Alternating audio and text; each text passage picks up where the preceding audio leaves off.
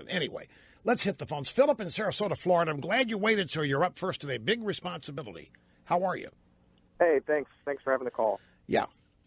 All right, so with Trump criticizing the media, I like what he's doing. But the attitude of contentiousness, well, it definitely reflects the population at large with their attitude of contentiousness toward the media, with all their lies and collusion. But in order to make my point, I want to flash back to the 1960s, Cold War. The Soviet spies were getting a lot of information from our news sources, and President Kennedy held a speech formally to the press at the Waldorf Astoria where he admonished them to basically use safer practices, more wise practices in the reporting of their news. And he really procured a very amicable relationship with the press there between the president and the press. And so I think I'd like to see a President Trump do something similar to procure an amicable relationship. Of course we would. That would be, well, everybody would love the press to treat their guy the way they treated JFK. Oh, my God. That would be nirvana. The press thought they were going to King Arthur's Round Table every day. They thought they were heading into Camelot. They thought they were part of the story. JFK was in there, Jackie. I mean, it was idyllic. And yeah, I remember those. I remember reporters and JFK chuckling and laughing during press conference. Oh, yeah, that would be fabulous. Never going to happen. If you hold out for something like that as your definition of a successful candidate who can have a relationship like that with the media, it isn't going to ever happen. Not in our lifetimes. With half my brain tied behind my back to make it fair, because that's what we are about here. We're about fairness. In case liberals call, we put them at the front of the line when they do. 800-282-2882. Steve in Columbus, Ohio. It's your turn. Great to have you, sir. Hi. Hi, Rush. Thanks for taking my call. You bet. I just wanted to know who it was out there that's defined what it is to act presidential.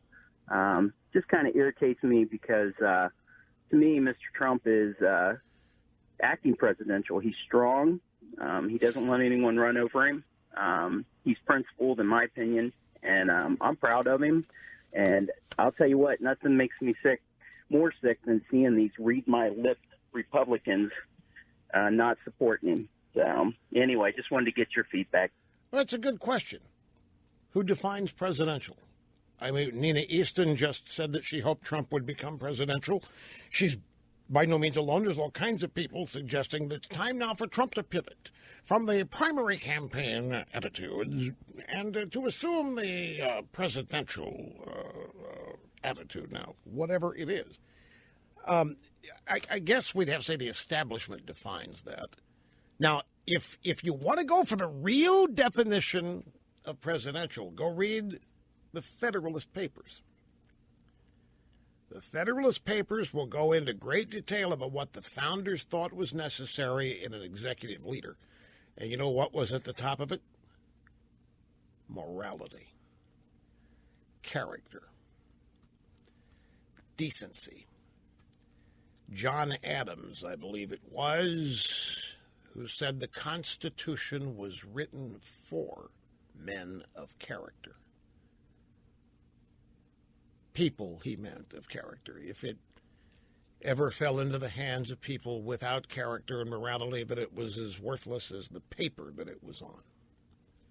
So it's an interesting thing to discuss. How has the Constitution survived? I mean, there's no penalty. The Constitution is not going to eat you if you ignore it. The Constitution is not going to call somebody and have you shot. And yet, for most of our 200 years, there has been total adherence to it, or remarkable adherence. And this has come from the character of the leaders that we've had. So this is the definition of the rule of law and why it's so important. Respect for the law, the rule of law, that nobody's above it, and so forth. Well, now we see that we have somebody in the White House to whom the Constitution has become an obstacle. And he's by no means the first, and he's by no means the only. All kinds of liberals, and many of them in his cabinet, many of them in his regime, who also think the Constitution is an obstacle.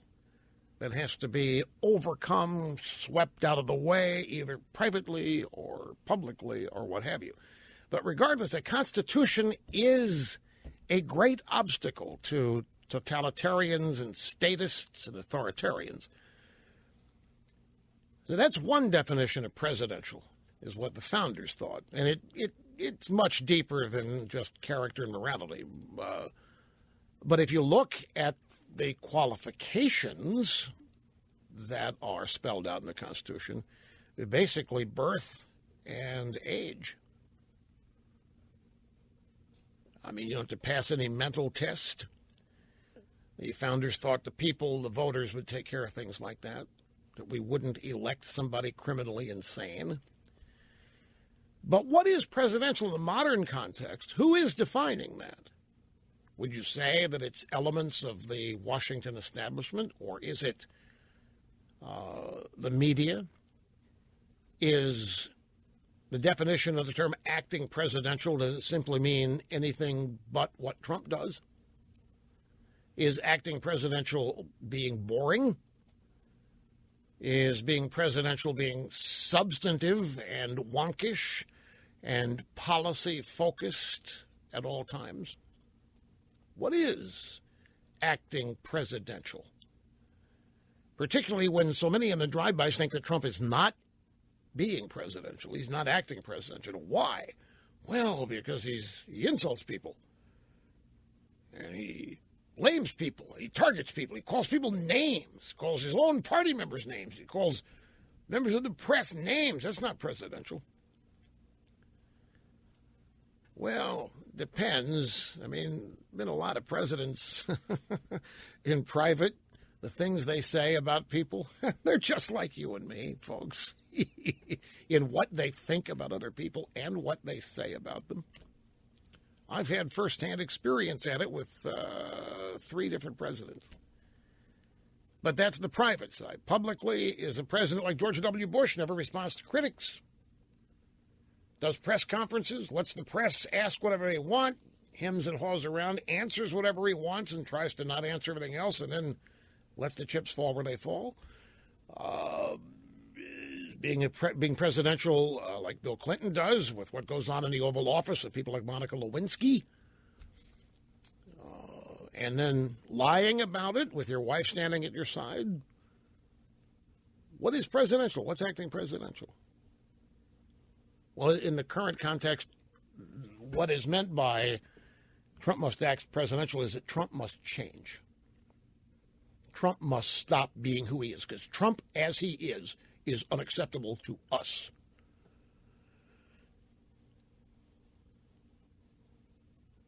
Does the press act presidential? Is the White House press corps presidential? Are they overflowing with respect and moral turpitude and other such things? I mean, where is this standard of behavior etched in stone, and who did it? Who gets to define who is and who isn't presidential? Obama has called Republicans hostage takers and terrorists. Was that presidential? Hillary said the media shamed Trump into giving his $1 million donation to the vets. She's lying. Is lying like that acting presidential? Is Mrs. Clinton presidential?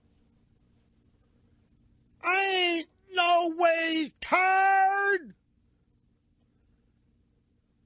I'm going to call anybody whatever name I want to call them because I can't leave you decent whatever I... Is that presidential? Showing up in Mao pantsuits every day with orange, red, bright, vibrant colors, presidential? I mean, what is this? We all know what it is.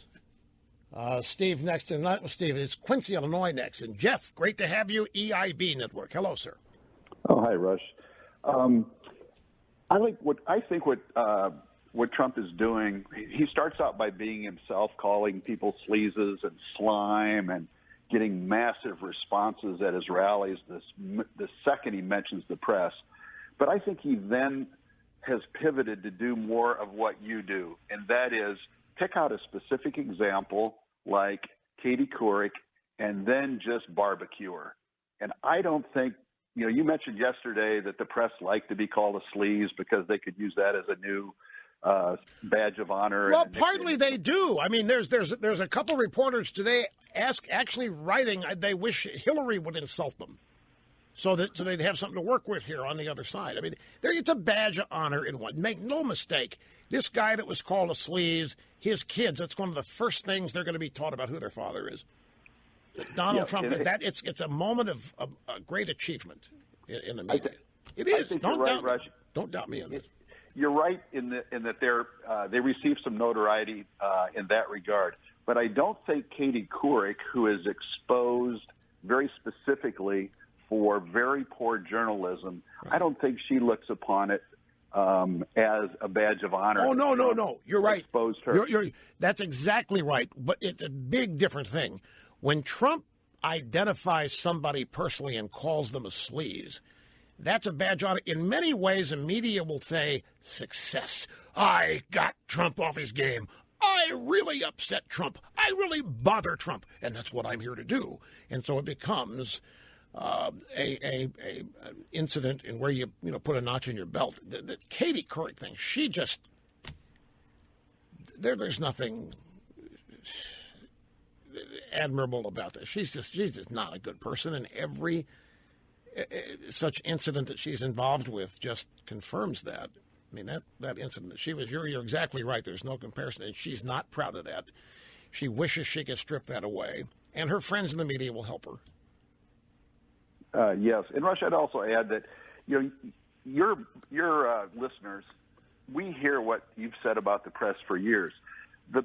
The public at large and moderates and so forth, they hear the moniker, the press is liberal, and they don't even really, I don't think they get it. But when Trump starts using specific examples, I think people's eyes are being opened. Whereas to some extent you preach to the choir, Trump is now preaching to a much larger national and even international audience. And I think people are finally seeing maybe what many of us conservatives have seen for 20 years. They're now being exposed for the first time, and it's very unique.